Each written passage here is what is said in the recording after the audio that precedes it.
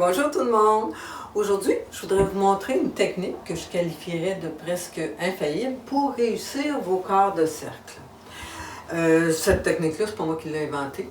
Elle vient de ce livre-ci qui s'intitule Drunker's Path, donc le chemin des bruns, comme vous connaissez, et qui a été écrit par Cheryl Phillips et Carla Schulz. Alors, on se rejoint à ma machine à coudre. Je vais vous montrer ça. Alors, bien sûr, vous devez, dans un premier temps, trouver les morceaux. Vous allez les trouver dans un livre comme celui-ci ou dans un magazine, comme c'est le cas pour celui que je vais vous montrer aujourd'hui. Alors, ici, vous avez des morceaux. Si vous remarquez, il y en a toujours un qui est plus large que l'autre. OK? Celui-là vert dépasse le bleu largement. Alors, c'est ça souvent la difficulté. Donc, il y a une façon quand même assez simple de coudre ça. C'est que de premièrement, ce qu'on veut faire, c'est trouver le centre de notre tissu.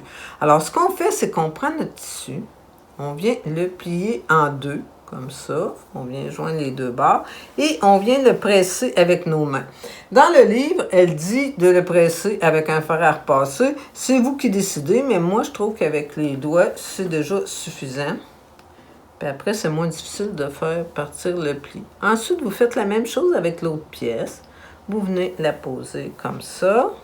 Et vous venez faire votre pli comme ça. Donc là, avec ça, on a nos centres. OK? Alors après ça, ça demeure facile de trouver le centre, de venir le placer. Donc, vous savez que ça va être endroit contre endroit, vos tissus. Alors là, je prends ça ici, je viens le placer, j'ai vraiment bien mon centre. Et tout ce que vous avez besoin, c'est de 3 petites aiguilles.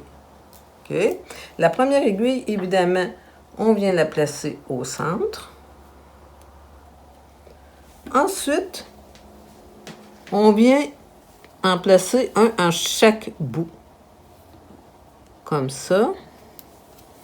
Et ça, c'est pas grave, là, si ça plie. On s'en vient ici. On place l'autre.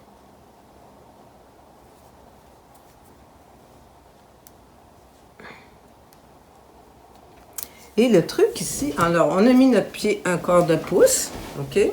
Le truc ici, là, pour ne pas se tromper, c'est qu'il faut y aller très lentement. Et il faut que le tissu du dessus là, vienne suivre, on y va par petits bouts à la fois pour qu'il vienne suivre vraiment la courbe de celui d'en dessous. Attendez, là, je vais trouver ma pédale. OK, on y arrive. Donc, je suis avec mon pied un quart de pouce. Et j'avance comme ça, un petit peu à la fois. On n'est pas pressé ici. Et je m'assure que je couvre bien celui du dessous. Je fais un autre petit bout. Je reviens. Je le place comme il faut.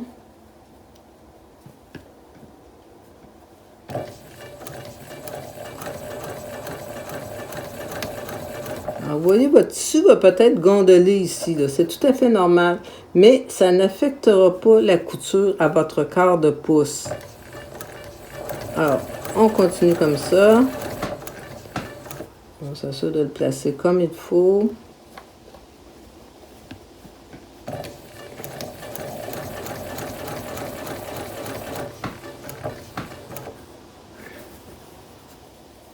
J'ai enlevé ça. La deuxième aiguille. Et je continue.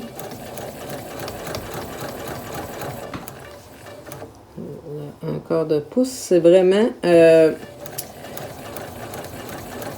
la distance idéale là, pour ne pas faire de petits plis. Alors, je continue comme ça.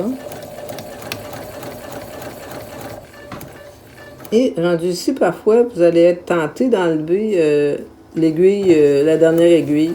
Mais je ne vous suggère pas de le faire avant la fin, avant d'être rendu tout près, parce que c'est sûr que votre tissu va dépasser au bout. OK, alors vous continuez le plus près possible avant d'enlever votre aiguille. Vous y allez comme ça. Et voilà. Je coupe. Et là, quand je le revire de bord, regardez, j'ai quelque chose d'impeccable. Il n'y a aucun pli. Et là, je vais avoir besoin de ça ici. Excusez, on a oublié un petit bout. Ça, c'est parce que je vous le montre qu'une fois repassé, une fois bien repassé, regardez, ça donne quelque chose de parfait. C'est exactement ce que ça va donner une fois qu'il va être repassé. Je vous remercie. J'espère que ça vous a été utile. Bonjour.